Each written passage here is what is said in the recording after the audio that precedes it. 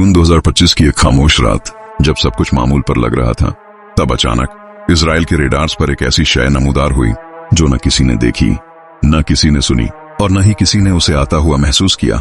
ये कोई आम परिंदा न था, न कोई मुसाफिर तैयारा, बल्कि एक पुरस्कार, खामोश और खतरनाक परवाज, जिसका न कोई नाम था, न पहचान, न कोई सिग्नल, न कोई आवाज।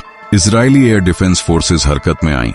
F-16 तैयारे फजा में बुलंद हुए, लेकिन जब वो उस मकाम पर पहुंचे जहां से रेडार सिग्नल मिला था, तो कुछ भी नहीं था, बस एक गहरी खामोशी और एक अनदेखे खौफ की लहर। क्या ये कोई जदीद ड्रोन था? क्या ये ईरान की तरफ से भेजा गया जासूस था? या क्या ये कोई ऐसी चीज थी जिसके बारे में हम जानते ही नहीं? कुछ लोग कहते हैं ये टेक्नोलॉजी जमीन की नहीं थी, कुछ मानते हैं ये एक खुफिया हथियार की आजमाइश थी। लेकिन सच क्या है, आज तक कोई नहीं जानता और शायद कभी न जाने। ये सिर्फ एक वाकया नहीं, ये एक सवाल है जो अब भी फजा में गूंज रहा है। तुमने उसे देखा या बस रेडार ने देखा?